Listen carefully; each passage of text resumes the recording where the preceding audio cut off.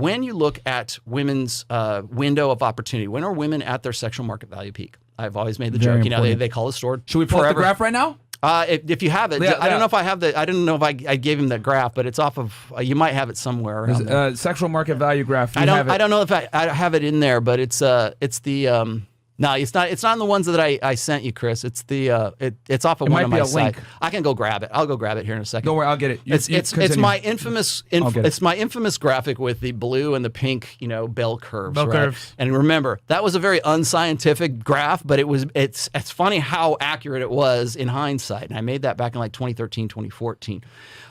Peak marketability for women is based on how attractive she is. Remember, we said. Sexual market value is based on her agency, and that agency is tied to how attractive she is to the member of the opposite sex. Mm-hmm. That's why women take their clothes off when they want to protest and they want that attention, because they know that's what gets them attention. Even the lizard brain figures that out at a very early age. Okay, so. What you have is you've got women between right around 23 is where I peg women's sexual market value peak years. Okay, yeah, there it is. That's that. Perfect. There's the graph, baby. Perfect. Boom. There we go. The infamous graph. Let's expand that a little bit, Chris. So at the top of that, at the top of the pink bell curve right there, you see that I hit that at about 23 is the top of the peak right there, and that is where women are at the peak of their agency. That's when guys want to get with them the most. In fact, we can look at the stats from the book called Dataclysm, I believe it was, and it's a list of stats that was aggregated by I think it was OkCupid, the owners of OkCupid. Okay. So we now have access to data where we can figure these things out, right? Yeah. And one of the things they figured out is that women right around 22, 23, 24 years old are what men report across the board from age 15 all the way to 105 say that is the age that they find women the most attractive. Yep. That's when they want to bang those chicks, right? 22, 23, 24. That's the chick for me. When it comes to women, it staggers. So when a woman is, say, 20 years old, she's looking for a guy who's about 23 years old or 25 years old, somewhere around there. And if she's 25, she's looking for a guy who's 28 years old or just a slightly older maybe. And statistically speaking, women look for guys who are anywhere between 3 to 7 years older than they are, depending on how old the woman is. Mm-hmm. Okay, and so this is from the book Dataclysm.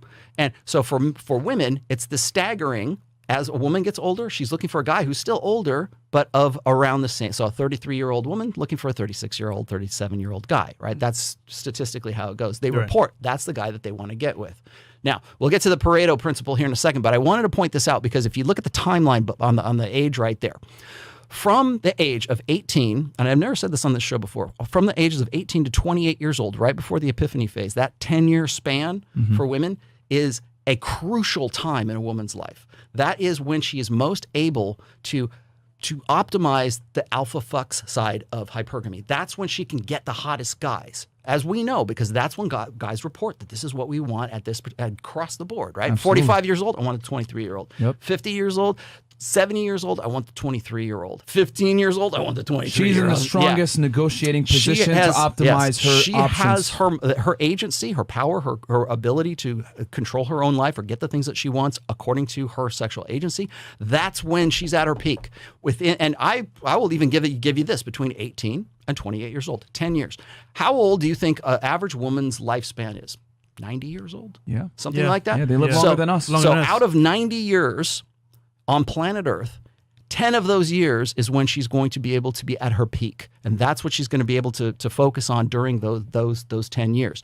Everything past that, from 28 all the way till she's in the grave, all of that is spent on the beta buck side of things. That's where she's looking for long-term security. Or if she's not, it's still in the back of the head. Yeah. And that's why women obsess, and that's why every chick that comes on here is, I make my own damn money. What do I bring to the table? I got my own career. I got this. And every time you ask them, what do you bring to the table? It's always that the value that they think they have is based on how well they can satisfy long-term security.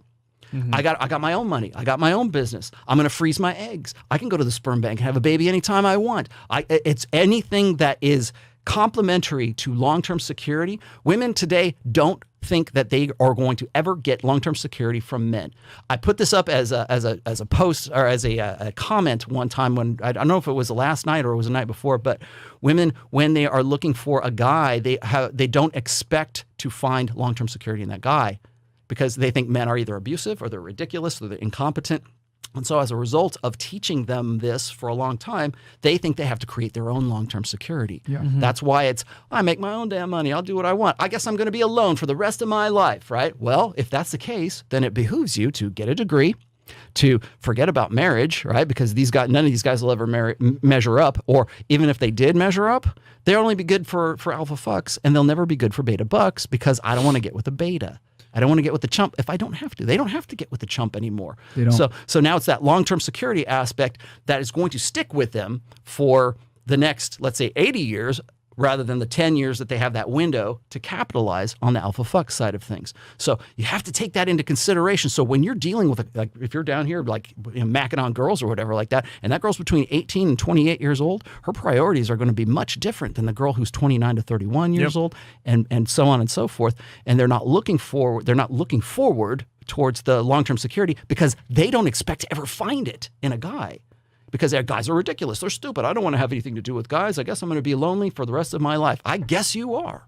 Because you'll say, I don't need men. You literally don't need men. And women who don't need men don't need those women. Because they want to be needed. We need a purpose, right?